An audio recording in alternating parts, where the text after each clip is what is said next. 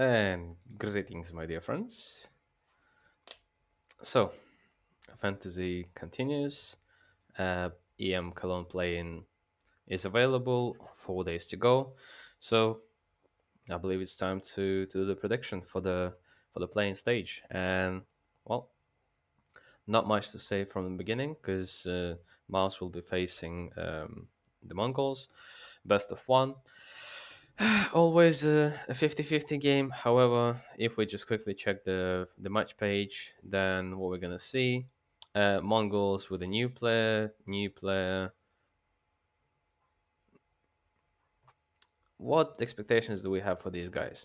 Not much. On the other side, Mouse Sports with Shuhi, Jimpa, and well, Sergeant Torzin Frozen, kinda making their debut for the Mouse lineup with this lineup. So um, obviously it's like a cat in a box, if that's correct saying, uh, whatever. So in terms of Mouse, what are we gonna see? That's my expectation. Because they played in the Mouse Academy for so long together, so Shuhi knows how to use Searchons, Shuhi knows how to use Torzi, and they probably have plenty of the setups that they used before.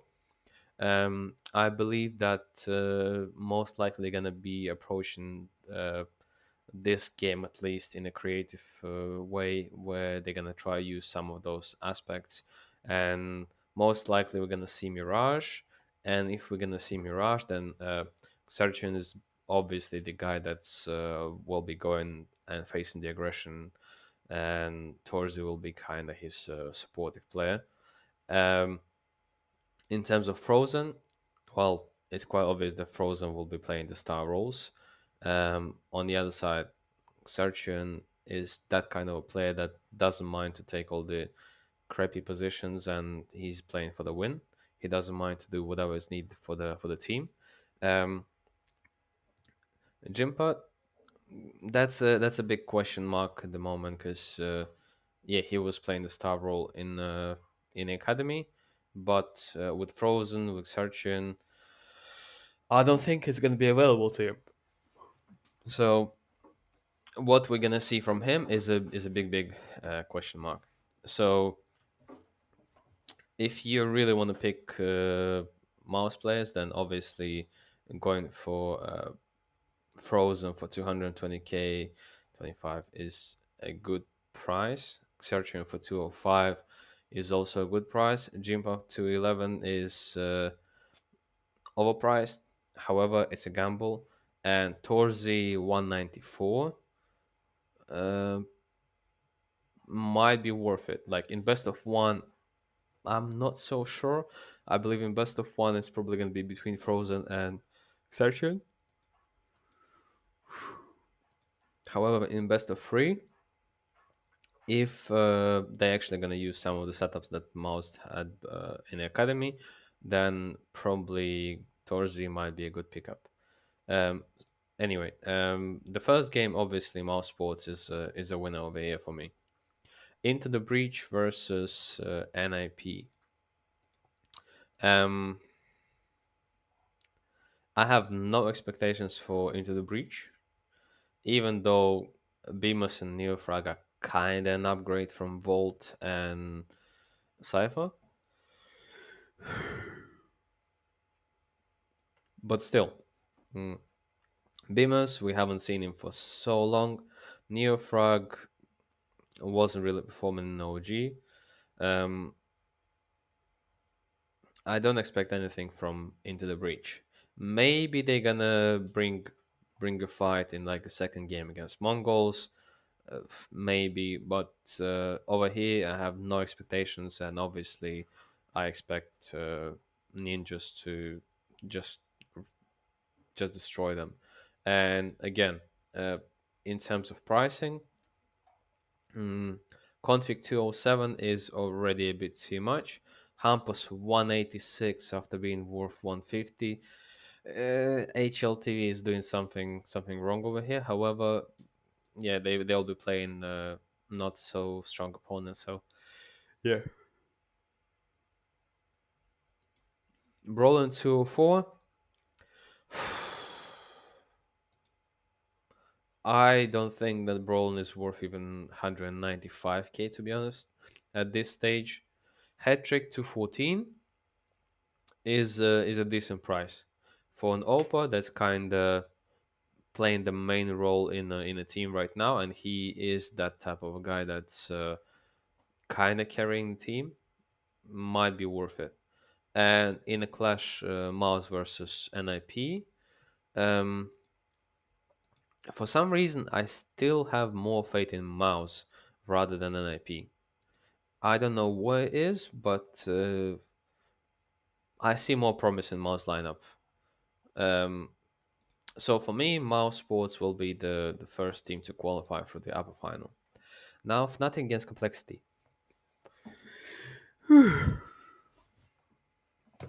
That's a weird matchup for me. Um, if you look at the lineups again, Fnatic, what the hell are you cooking? This lineup is just a mess. It's like I I can't even call it FPL mix because there's no one literally that gonna frag out unless Roach will take the best positions, or Mezzi is gonna turn into primary rifle and Dexter is just gonna IGL, and Mezzi is gonna play the superstar roles. I believe this potentially can happen. Um, Other than that, complexity, they showed some promise. Elige wasn't bad. Grim on the other side kinda underperformed. Floppy, Halzerk, JT, well, just regular day for them. And in general, this matchup is 50-50 for me, and I don't even want to predict who's gonna win. Because on the other side, we have Nine versus OG, and for me, uh, OG with the current changes are same as Fnatic. I rate them exactly the same level, and I don't expect anything from them. Uh, and the other side is Nine, which kind of goes under the radar with no changes, with the stable lineup. The strat book is probably again thicker. And who do they have here that potentially can take them down? I don't see even one team that can take them down, unless somehow they mm, magically screw up and just lose to OG. I think this bracket is destined for Nine to win. So Nine is a team for me to go through on this side. Apex against Big. Um, Apex, after adding Kakanito instead of JL, is probably kind of staying the same where they were.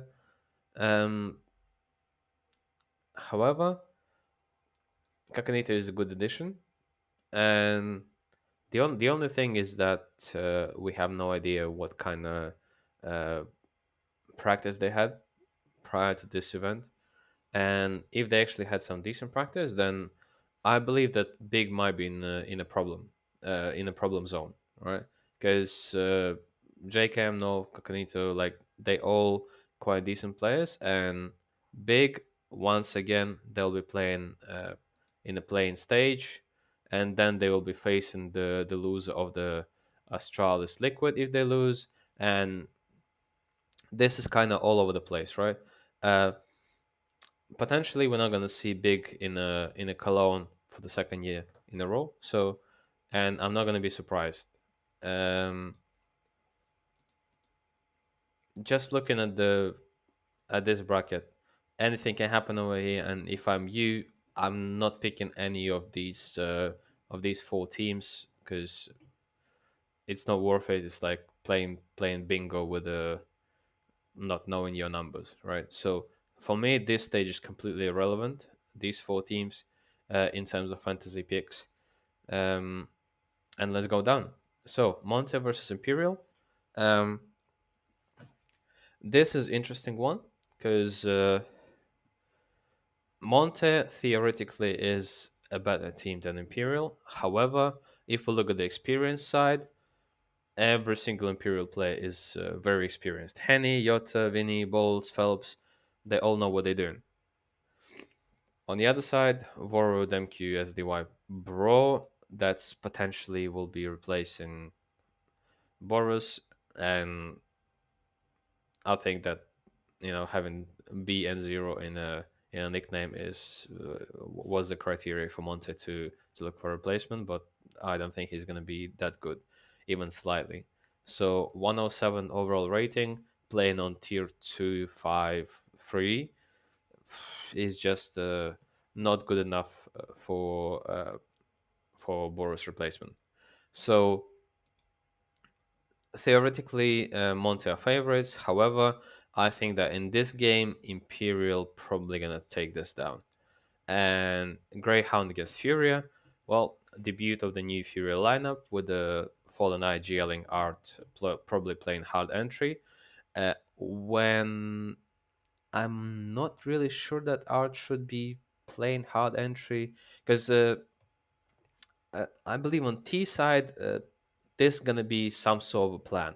Art goes first, Cello goes second, um, and then Xerato and probably goes third and cleans up, or Yuri goes third, depending on the spawns, and Xerato is just follow covering the back. Fallen is like doing majority of utility.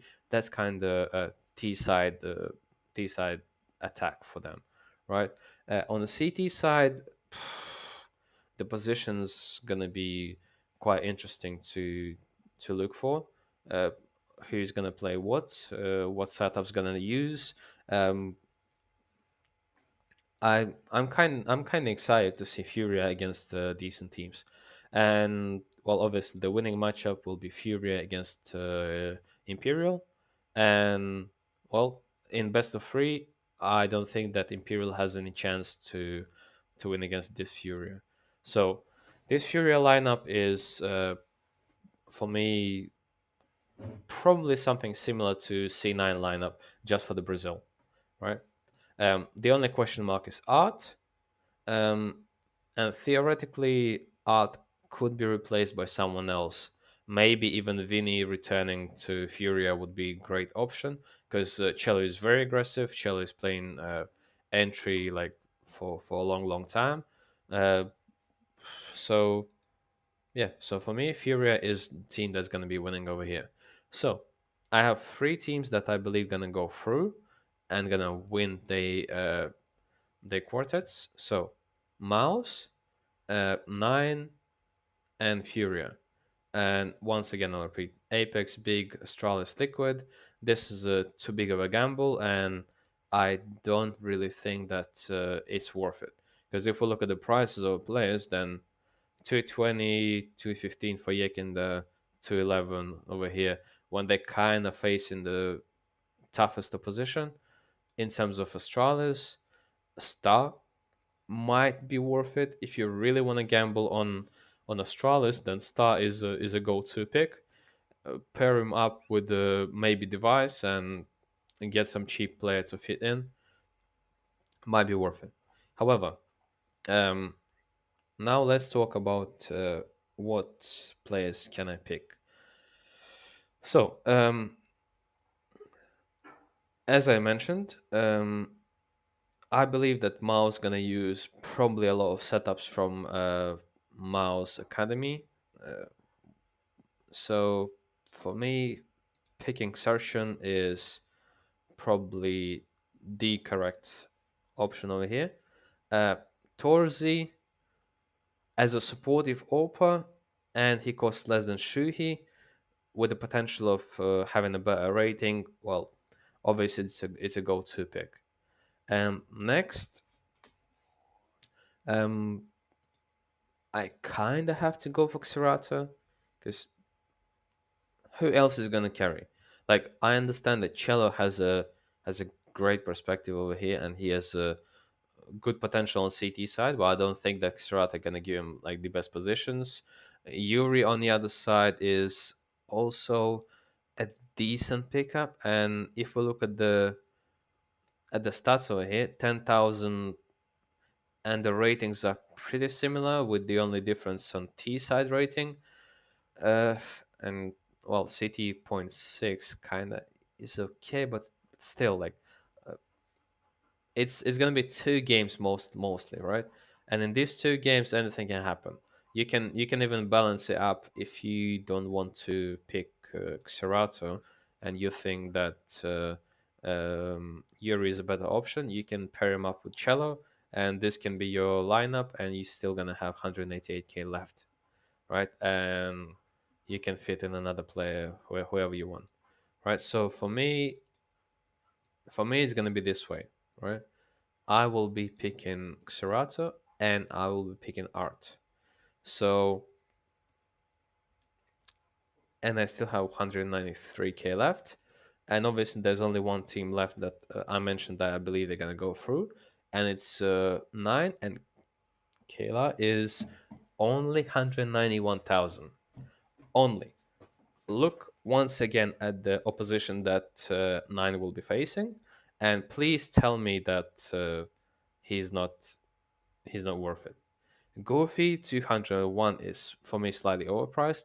K through 203 is a good price. Hades 210 is a great price. Um, Once again, if I didn't really have that much faith in Mouse, I would be probably going mm, for the Hades over here, and still would be left with some money, and potentially you can go even for Torzi, right?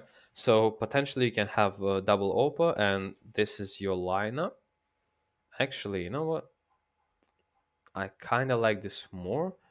And to be honest, we have no idea what kind of aggression Mao's gonna show. And this kind of looks sick. Huh. You know what? I had my mind pretty settled in terms of picking towards the insertion, because like I'm I'm a big fanboy. What? Okay, I'm not gonna call myself a fanboy, but I do like Serchin. He's a great prospect in my opinion. He's a great player. However, uh, Kayla Hades look kind of more promising, and Torzi on a supportive op. I think I like this, and yeah, I think I'm gonna stick with that, because previously I wasn't really uh, considering that. So support over here, main op, multi-frag, eco-friendly. Uh, Actually, here we go. Leader. Um, I'm actually disappointed with the eco-friendly booster, because I used it on Kerrigan and he only triggered it once, not even 2 points. My guy was playing primary rifle every single time instead of buying the SMGs when he usually buys them. Uh, I don't know what happened to them, but yeah, it is what it is. So hates, I don't know. Probably consistent. Uh, Clutch. I don't know. I'll go for consistent. Um. All right. In terms of boosters, yeah. To carry, I don't know. Clutch, maybe. Farmer, I don't know. Um. I think this is what I'm gonna go for. Um, Bait on art, that's 100%. Kayla on the assist versus OG, most likely yes. Torzi versus Mongols on a flashbangs, most likely it's gonna work. However, it's a big question mark, and most likely the Avenger is gonna be a better option. So that's my lineup.